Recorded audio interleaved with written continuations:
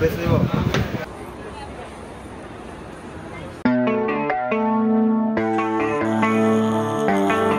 আলাইকুম guys, welcome to my new blog. So guys, আজকের ব্লগে আমি যাব হচ্ছে বসুন্ধরায়। সো আজকে বসুন্ধরায় যাব আমি। সো কি কারণে যাচ্ছি সেটা আমি বলে দিচ্ছি আপনাদেরকে।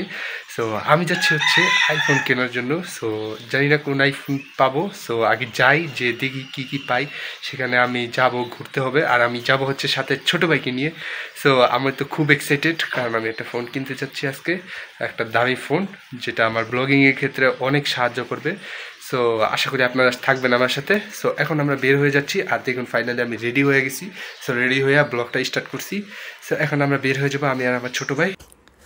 সো গাইস, ফাইনালি এখন আমরা বের হয়ে গেছি, আমি আর আমার ছোটো ভাই। সো আমার ছোটো ভাই আমার সাথেই আছে। সো এখন গাড়িতে করে আমরা চলে যাবো Bashundhara. Baby, read the fine print. I've got baggage and it's all Gucci. Don't get too attached to me. Everybody act like the answer. One love like in the movies. Wasting precious time assuming.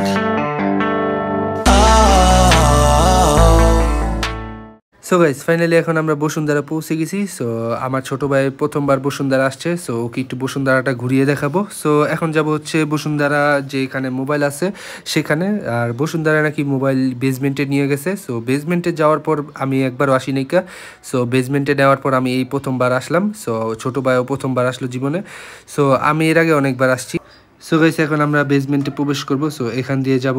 আর প্রথমবার আসছি, আমাদের একটু খুঁজে বের করতে অনেক কষ্ট হয়েছিল। সো আমরা জিজ্ঞেস করে করে পৌঁছাছি সেখানে।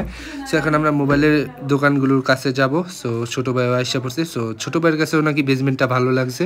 সো দোকানটা খুঁজে বের করতে অনেক কষ্ট হয়েছে, কারণ দোকানটা আমরা খুঁজে পাচ্ছিলাম না। সো অনেক খোঁজাখুঁজির পরে বের করছি। আর এখন এখান দিয়ে নিচে নামবো, কারণ আমাদের দোকানটা হচ্ছে বেসমেন্ট 2-এ। সো বেসমেন্ট 2-এ হচ্ছে দোকান।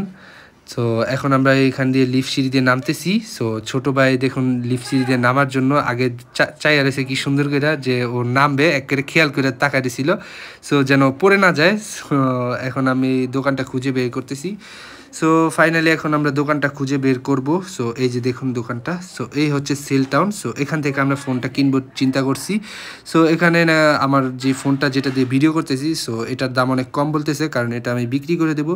সো এখানে দামে না মিলার কারণে অন্য দোকানে গেছি। সো এখানে যেয়ে আমি একটা ফোন ফাইনাল করছি, যেটা হচ্ছে আইফোন 15। সো এটা ফাইনাল করার আগে আমি একটা 14 প্রো ম্যাক্স চালিয়ে দেখতেছি যে আসলে আইফোনটা কীরকম। সো আমার কাছে মোটামুটি ভালোই লাগছে, আর এটার ক্যামেরাটা নাকি অনেক সুন্দর। সো আমি এখন চেক করেছি। সো সব কিছু মোটামুটি আমার কাছে ভালোই লাগছে। সো এখন আমি এই মোবাইলটা, এত দামের একটা ফোন, এটা এখন আমি আনবক্সিং করব। সো প্রায় আমার কাছ থেকে রাখছে হচ্ছে 93,000 টাকা। সো এত দামের একটা ফোন এখন এটাকে আনবক্সিং করতেছি। সো দেখতেই তো পারতেছেন। সো এই সিলটা খোলার নাকি আলাদা মজা আছে। সো আমি দোকানদারকে বললাম যে আমাকে একটু সিল খুলতে দেন। সো আমি খুলে আমার কাছে তেমন একটা ফিল লাগে নাই। আসলে কি এটা সুন্দর মতো খুলবে এইটুকুই খালি, আর কিচ্ছুই না। সো এমনি তেমন কোনো ফিলই নেই। আর এই হচ্ছে আমার সেই আইফোন 15, যেটা দিয়ে এখন আমি ব্লগ বানাবো। সো এখন থেকে এটাতেই ব্লগ বানাবো। আর এটা হচ্ছে আমার পার্মানেন্ট ডিভাইস। সো এই ডিভাইসটা আমি অনেক দাম দিয়ে কিনেছি। সো কেনার কারণও হচ্ছে এটাই, যে আমি যেন ভিডিও ভালো কোয়ালিটির দিতে পারি, আর ফোনটা যেন একটা ভালো ফোন চালাতে পারি, এই কারণে এটা নেওয়া হয়েছে। সো এখানে হচ্ছে ভিতরে যাবতীয় অ্যাক্সেসরিজ আছে। সো এটার সাথে আবার চার্জারও কেনা লাগবে, আমার একটা কাভারও কেনা লাগবে। সো অনেক ঝামেলা আছে এখানে। আর এখানে মনে করেন আমার এক ক্যাশ মেমোটাও তৈরি করা হচ্ছে। সো এখানে আমার ক্যাশ মেমোটা তৈরি করা হচ্ছে, যেটা হচ্ছে আমার আইফোন 15-এর ক্যাশ মেমো। সো ফোনটা একদিকে অন করা হচ্ছে, আরেকদিকে ক্যাশ মেমো তৈরি করা হচ্ছে। সো ক্যাশ মেমো নিয়ে আমরা বের হয়ে গেলাম দোকান থেকে। সো এখন আমি চলে যাচ্ছি। আর এই যে ভিডিওটা করা হচ্ছে, এটা হচ্ছে আইফোন 15 দিয়ে ভিডিও করা হচ্ছে। সো আইফোন 15-এর ভিডিও কেমন হচ্ছে সেটা আপনারা অবশ্যই জানাই দিবেন কমেন্ট করে। আর আমরা আবারও সেই দোকানের কাছে যাচ্ছি, কারণ হচ্ছে আমাদের যে পুরনো ফোন আছে সেটার সিম নিতে আমরা ভুলে গেছি। সো এসে দেখি কি তারা নাকি চলে গেছেন নামাজ পড়তে।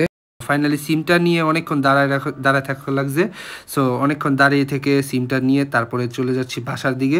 সো এখন বাসায় চলে যাব, কারণ অনেক ক্লান্ত হয়ে গেছি। সো বাসায় যাওয়ার আগে ছোটো ভাইকেও একটু মলটা ঘুরে দেখাবো। সো ভেতর সাইডটা ও দেখে নেই। সো একটু মলটা ঘুরে দেখাবো ভেতর থেকে।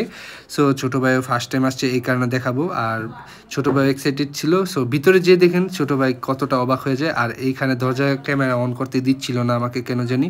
সো ভেতরে এসে ভিডিও স্টার্ট করছি। আর ছোটো ভাই দেখুন সারাদিন যাবৎ হাই হাই হাই দিতে দিতে মনে করেন পুরা ওর হাত ব্যথা হয়ে গেছে।